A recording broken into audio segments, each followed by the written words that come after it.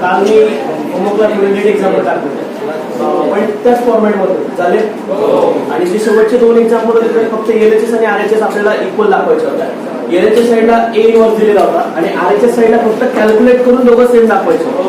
झाले सर्वांचे? कोणी कोणी सॉल्व्ह नाही केलेलं बरं? सॉल्व्ह केले नाही असं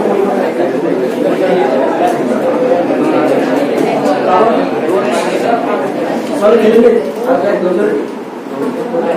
सॉल्व्ह केले नाही दोन केले उरलेले दोन नाही.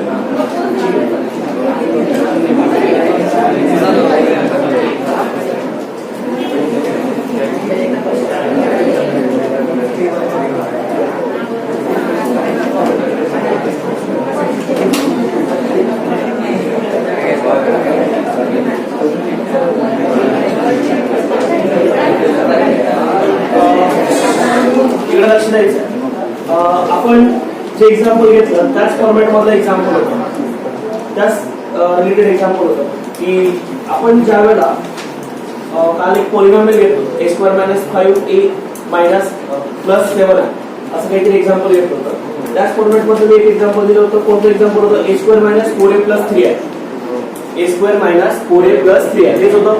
ओके, मॅट्रिक्स होता 1 3 0 3 हा होता ना. ओके, आणि काल जे सॉल्व्ह केलं होतं त्याच पद्धतीने सॉल्व्ह करायचं होतं की आपल्याला फक्त आधी व्हेरीफाय करायचं होतं. ए मॅट्रिक्स असा होता, सोल्युशन जे आपण लिहिले ना त्याच पद्धतीने लिहायचं. त्याचं पण सोल्युशन पण कसं लिहायचंय हे आता ठरवायचं.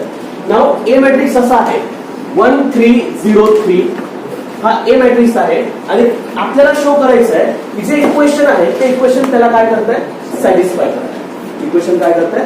सॅटिस्फाय करतंय. म्हणजे इक्वेशन आहे कोणतं इक्वेशन आहे? मी काल तुम्हाला सांगितलं होतं की त्याचा फॉर्मॅट कसा असतो? a² - trace of a into a plus determinant of a equal to 0 या फॉर्मॅट मध्ये, बरोबर ना. याचा डिटर्मिनंट किती येतोय बरं? डिटर्मिनंट 3 येतोय, बरोबर ना. ऍडजस्ट होतं याच्यामध्ये, बरोबर. आणि ट्रेस बघा, ट्रेस म्हणजे डायगोनल एलिमेंटची सम 1 + 3 किती येते? 4 होते, बरोबर. म्हणजे ते इक्वेशन आपल्याला तिथे मिळतं. मग आपण कन्सिडर करू. कन्सिडर इक्वेशन काय आपलं? a² - 4a + 3 लिहिताना आपण लिहिलं असं a × a म्हणजे काय? 4a + 3i. पुढे व्हॅल्यूज जे आपल्या a च्या आहेत, i ची व्हॅल्यू आहेत त्याच्यामध्ये पुट करणं. आपल्याला इक्वल टू काय पाहिजे? इक्वल टू काय पाहिजे? 0 पाहिजे. काय पाहिजे? 0 म्हणजे नल मॅट्रिक्स पाहिजे ऍक्च्युअली मध्ये. चला, ए मॅट्रिक्स 1 3 0 3 इंटू 1 3 0 3 दोघांचा प्रॉडक्ट a × a प्रॉडक्ट घेतला. सर्वांचं लक्ष इकडेच पाहिजे, लक्षात घ्या. काहीच करायचं नाही, इकडे लक्ष द्यायचं.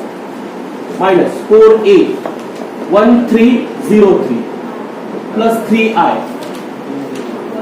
1 0 0 चल, तिघांची आपल्याला आधी व्हॅल्यूज काढून घ्या आणि मग नंतर ऍडिशन सबट्रॅक्शन घ्यायचं ते ऍडजस्ट करू. प्रॉडक्ट सांगा. चल, प्रॉडक्ट काय? Product first row first column नक्की 1 × 1 1 3 × 0 0 1 + 0 1. नंतर first row second column 1 × 3 3 3 × 3 3 + 9. Okay, next 0 × 1 3 × 0 0 + 0 0. Now 0 × 3 3 × 3 0 + 9 झालं. ओके, मायनस हा 4 आतमध्ये सगळ्यांना मल्टिप्लाय करा. चला 4 12 0 प्लस 3 पण मल्टिप्लाय करा. 3 0 0 3. ओके, आता कॉम्पोनंट टू कॉम्पोनंट ऍडिशन आणि सबट्रॅक्शन करायचे. 1 - 4 + 3 कॉम्पोनंट व्हायचं. दुसरा कॉम्पोनंट. ओके, लक्षात घ्या जे पोझिशन आहे ना, पोझिशन टू पोझिशन आपण ऍडिशन आणि सबट्रॅक्शन घेतो. पहिला 1 - 4 + 3 पहिला एलिमेंट झाला. दुसरा 12 - 12 + 0 12 - 12 + 0 नंतर 0 - 0 तिघं 0 त्यामुळे काही विशेष नाही. ऍडिशन घ्या, सबट्रॅक्शन. 9 - 12 + 3 9 - 12 + 3 बघा बरं काय आलं? 0 0 0. which is equals to 0. Last one is the null matrix means value will be 0. Then this equation, quadratic equation equal to काय आलाय 0 आलाय. मग बघा a square minus 4a plus 3i equals to 0. Show करायचं होतं ना, शो झालं. Okay, आता ह्याच इक्वेशनचा वापर करायचा आणि फाइंड आउट करायचा आहे. काय केलं होतं आपण त्याच्यात? हेच इक्वेशन घेणार, त्याला प्री मल्टिप्लाय करणार a इन्व्हर्स ने. कशाने? नाउ इक्वेशन काय आहे? a square minus 4a plus 3i equal to 0. Pre multiply by a inverse. कशाने? मल्टिप्लाय केलं. a inverse in bracket a square minus 4a plus 3i equal to 0. 0 म्हणजे a inverse into 0, तो 0 झाला. बरोबर. मग आता तो a इन्व्हर्स मल्टिप्लाय केला, प्रत्येक टर्मला काय करायचं? मल्टिप्लाय याच्यातल्या. बरोबर. मग या a स्क्वेअरला लिहिताना फक्त थोडं वेगळ्या पद्धतीने a इंटू a च्या फॉर्म मध्ये. हा a इन्व्हर्स त्याला मल्टिप्लाय झाला. नाव नंतर 4 कॉन्स्टंट बाहेर घेतला, a इन्व्हर्स इंटू a प्लस 3 पण कॉन्स्टंट आहे, a inverse into 3 into a inverse into i equal to 0. चला पुढे आपण कसली तरी व्हॅल्यू रिप्लेस केली, याची value. Okay, now but a inverse into a equals to identity. मग सांगा ही value identity into minus 4i plus 3 into a inverse. a inverse ने आयडेंटिटीने कोणत्या मॅट्रिक्सला मल्टिप्लाय केलं तर तोच परत मॅट्रिक्स मला मिळतो. मग a इन्व्हर्स ने आयडेंटिटीला मल्टिप्लाय केला काही फरक पडेल? तोच मॅट्रिक्स परत आला. बर equal to 0. Okay, identity into a minus 4i plus 3a inverse. Identity into a परत a ला. ओके, या दोघंच्या दोघं त्या बाजूला पाठवायच्या ऍज इट इज. त्या बाजूला पाठवल्यात. मग 3a inverse is equals to 4i minus a. बरोबर. मग आता आपण जो 3 आहे तिकडे डिवाइड करा, नाही तर आधी तिकडची व्हॅल्यू काढून घ्या, मग 3 ला जाऊया. मग 3a inverse is equals to 4i 1001 minus a matrix 1303. परत हा 4 आतमध्ये मल्टिप्लाय करा आधी. 4004 मायनस 1303. बरोबर. सबट्रॅक्शन घ्या. Subtraction 4 minus 1 4 minus 1 is 3. नंतर 0 minus of 3 0 minus of 0 4 minus 3 1. हा इकडे कोण होता? 3a inverse. हा 3 तिकडे जाताना काय होणार? Divide. a inverse is equals to काय आला? 1/3 into 3 minus 3 0 1. That's what is my required inverse. लक्षात. आता पुढचे जे 2 एक्झाम्पल दिले होते त्या पुढच्या 2 एक्झाम्पल मध्ये ही एक प्रोसिजर फिक्स होती आणि जी दुसरी प्रोसिजर होती ती प्रोसिजर म्हणजे काय की फक्त कोणत्याही मेथडने 3 मेथड्स पैकी एका मेथडने त्याचा इन्व्हर्स काढायचा. आपल्याला एलएचएस आणि आरएचएस काय दाखवायच्या होत्या? इक्वल दाखवायच्या होत्या. मग एलएचएस ला फक्त a इन्व्हर्स होता, बरोबर ना, आणि आरएचएस ला आपल्याला फक्त ते व्हेरीफाय करायला होतं. एवढी स्टेप आपल्याला व्हेरीफाय करायला होती. तेवढी स्टेप व्हेरीफाय करायची, इक्वल दाखवायचं ती व्हॅल्यू, आणि आपले जे a इन्व्हर्स येणार आहे ते लोक काय येतात? इक्वल येतात. क्वेश्चन काय होतं बघा, मी फक्त याचा क्रॉस चेक करून दिला तुम्हाला आन्सर साठी.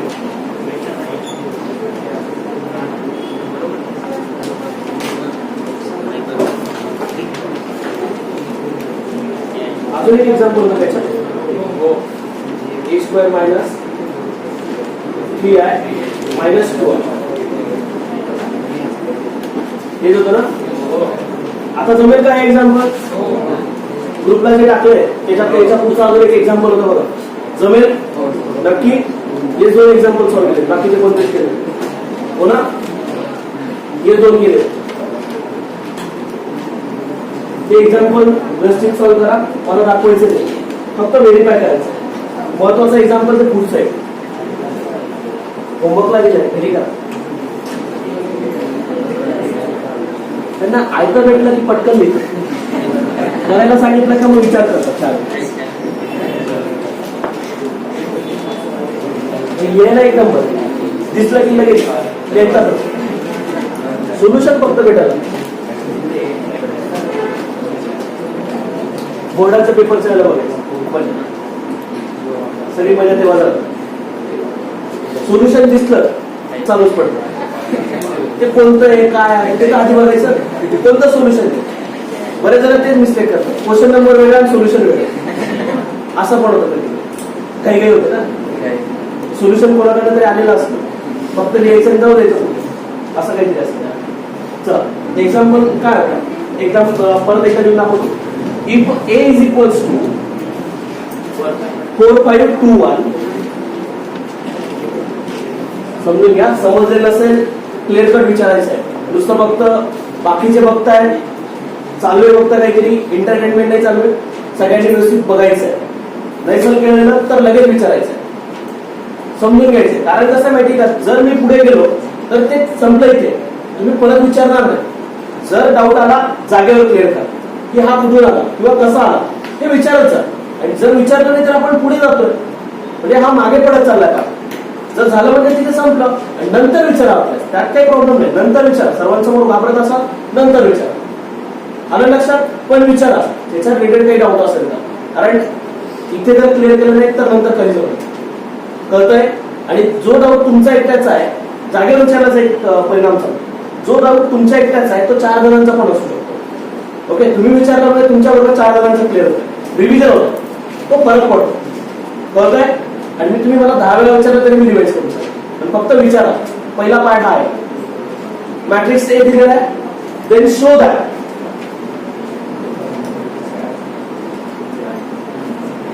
A inverse is equals to 1/6 in a bracket A minus 5. एका बाजूला A इन्व्हर्स दिलाय आणि दुसऱ्या बाजूला 1/6 into A minus 5 आहे दिलेला.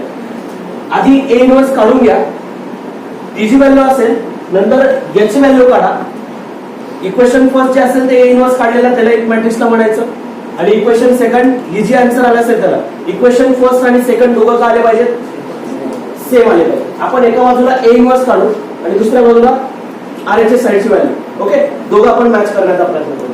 नाव लेट A मॅट्रिक्स दिलाय, कोणती मेथड अप्लाय करू सांगा बरं इन्व्हर्स काढायला. कोणती वापरू तुम्ही सांगशाल का, सांगा बरं. चला ऍडजॉइंट वापरू. चला determinant of A equals to 4, 5, 2 cross multiplication. सांगा बरं, इकडे लक्ष द्यायचं. एक्झाम्पल, पुढचं एक्झाम्पल तुम्हालाच करायचं. याच फॉर्मॅट मध्ये बदल काहीच नाही, फक्त 5 आणि 6 च्या वेळी 2 नंबर वेगळे आणि मॅट्रिक्स वेगळा.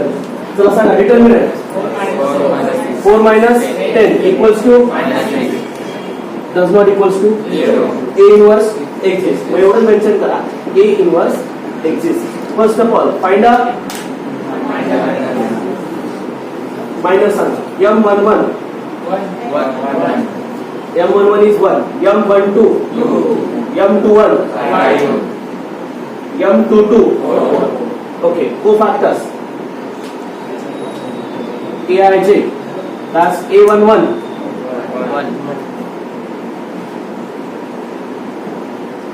1, A12 A21 A22 झाले. हे कोफॅक्टर्स आले. कोफॅक्टरच्या मॅट्रिक्स मध्ये रिप्रेझेंट केलं त्याला काय म्हणायचं, काय म्हणायचं, कोफॅक्टर Aij. 11 बघा, 1 -2 -5 2. ओके, ऍडजॉइंट ऑफ A म्हणजे याचा ट्रान्सपोज, Aij चा ट्रान्सपोज. Aij चा ट्रान्सपोज घेतला तुम्हाला काय मिळतं,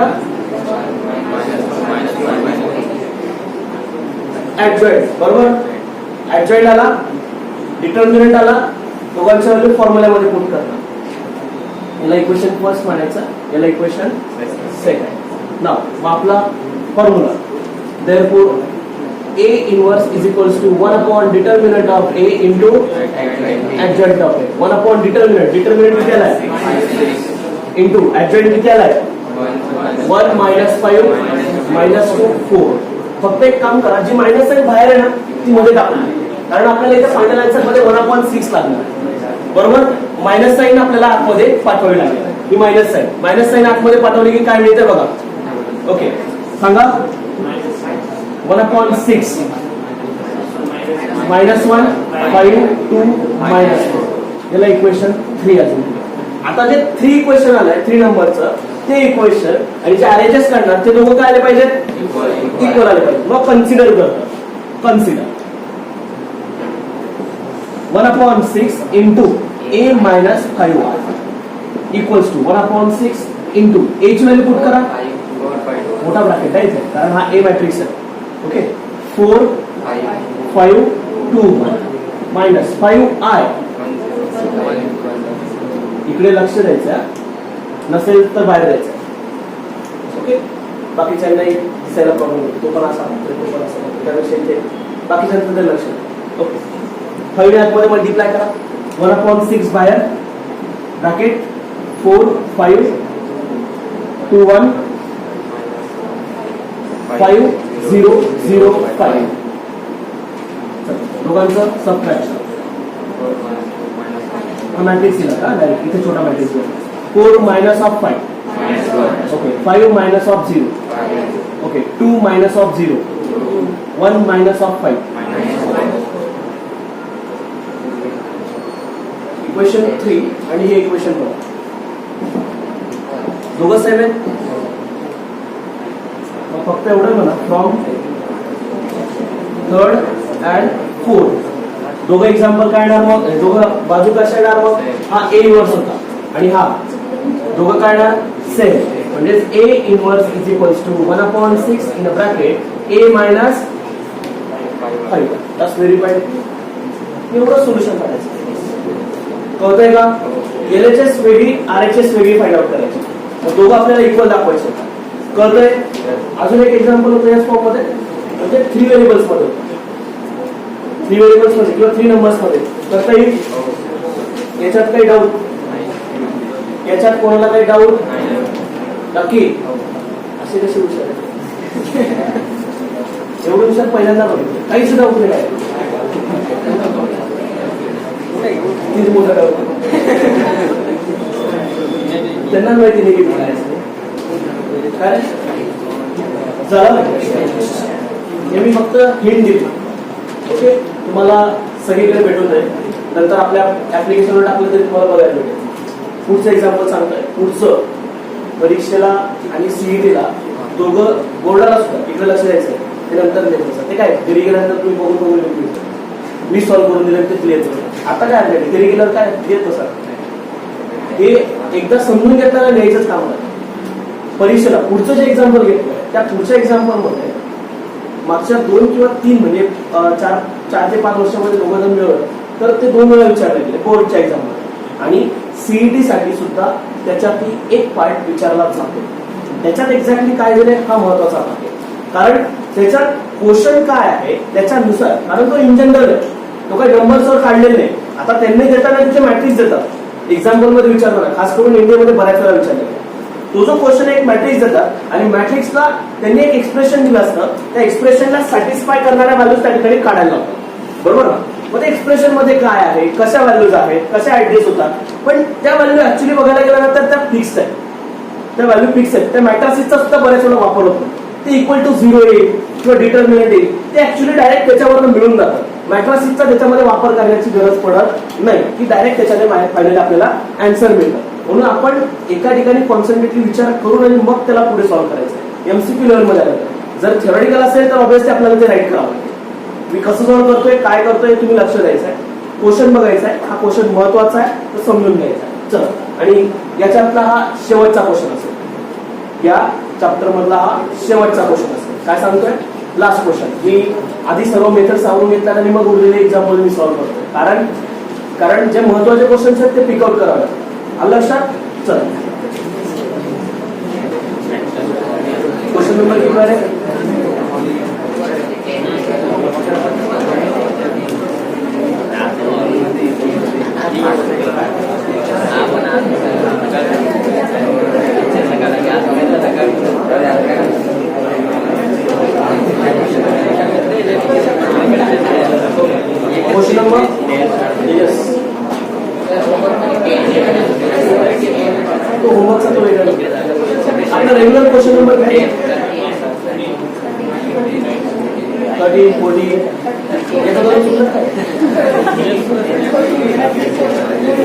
नक्की होमवर्क से करू जो असेल तो तुमचा टाका तुम्हाला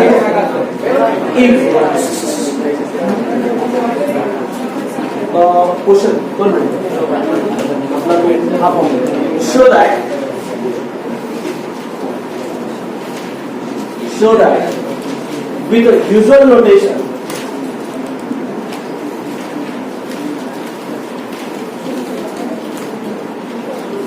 that with a usual notation of any matrix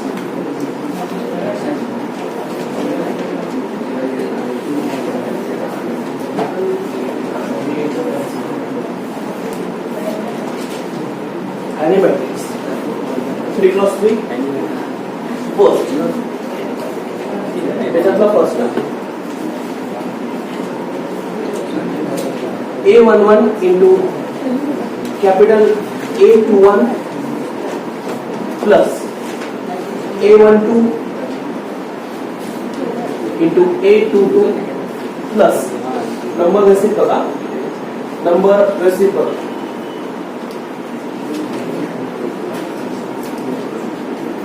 equals to 3.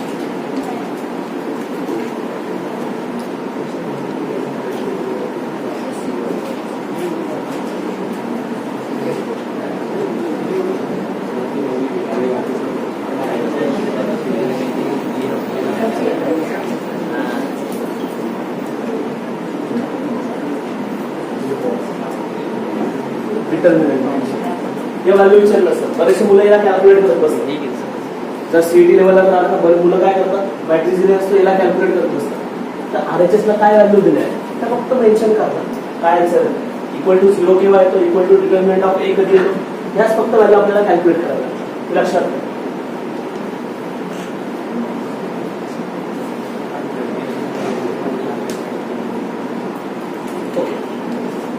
दिल्या गेल्या सर्वांचा इम्पॉर्टंट करून ठेवायचं त्या क्वेश्चनला इम्पॉर्टंट करून ठेवायचं सर्वांना आलाच पाहिजे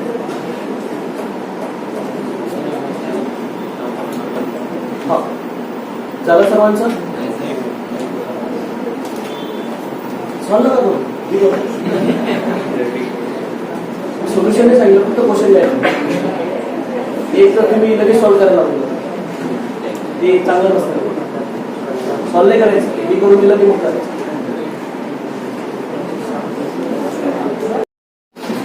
झालं का okay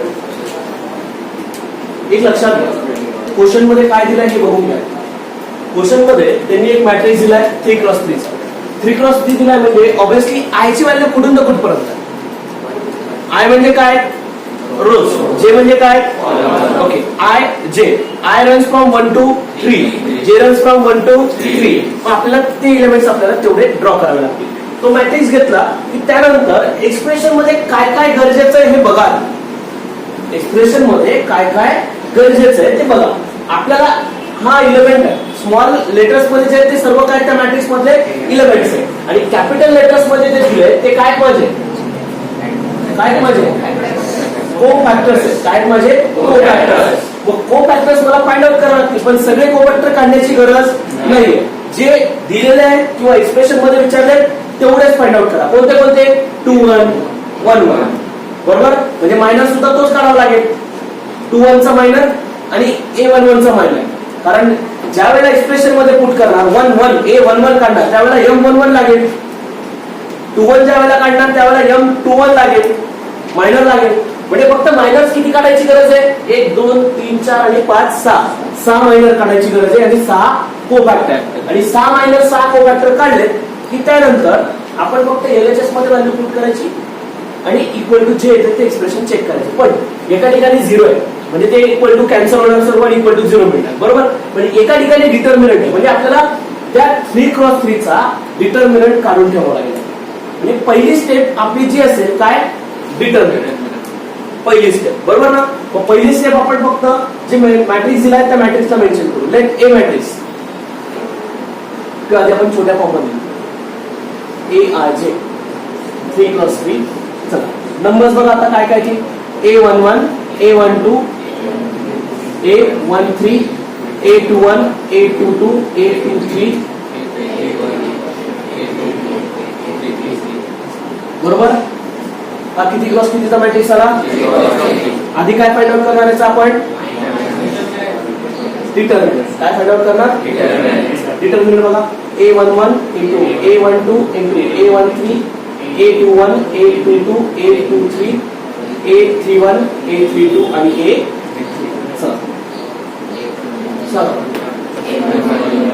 A11 into A22 into minus A23 into A32. हा जनरल फॉर्म्युला होता ना आपला. सांगा A21 into A सर्व सेकंड कॉलम मध्ये सांगा.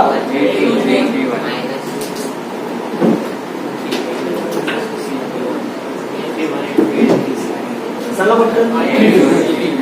Minus A23 into A31 plus A13 into A21 into minus A22 into A31. Okay. हा काय झाला. काय हा नक्की बरोबर चुकलाय का नाही ना. चुकीचं लिहिलंय नक्की. कसा घेतला कळलंय. ओके. याला इक्वेशन फर्स्ट लावूया. याला इक्वेशन फर्स्ट. ओके. हे झालं माझं फर्स्ट. आता जे मायनस आहेत लागतायत ते फाइंड आउट करा. That's we have to find a minus. या मायनस कोणते कोणते लागतात आधी लिहून काढलं. M21 M22 M33. ओके. नंतर M11 आपण सिक्वेन्स घेतला असेल तर बेटर आहे. म्हणजे जे नसतील ते काढून टाकू.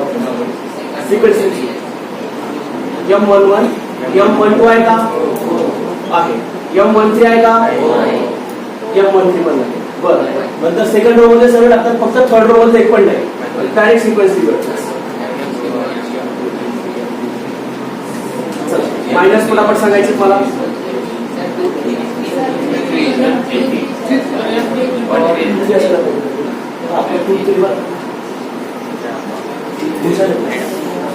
चला सांगा पटकन.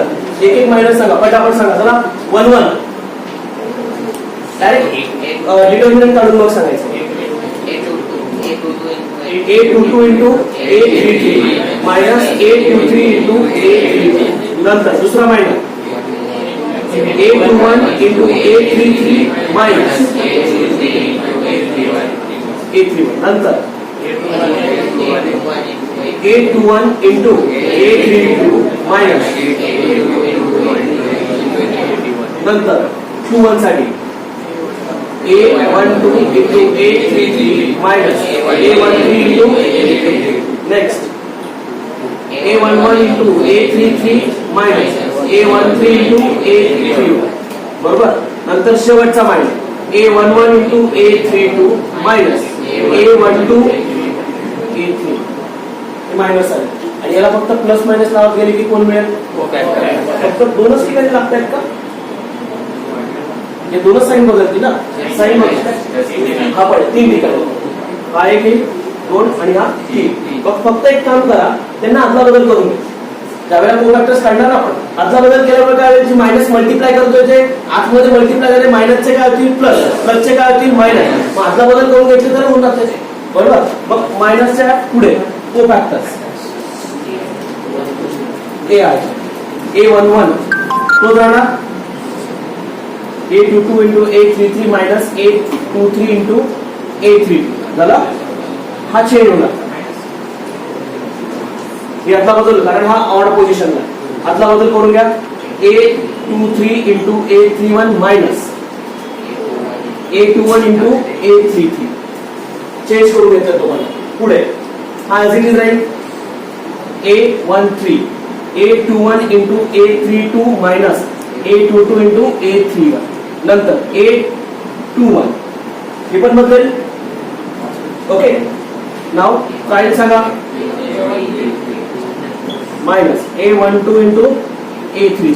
Now A22 as it is A11 into A33 minus A13 into A31 आणि A33 सगळा आदला बदल लिहायची पण मग आता बदल केल्यानंतर A12 into A31 minus A11 into A3 चालेल मायनस निघाले को फॅक्टर्स निघाले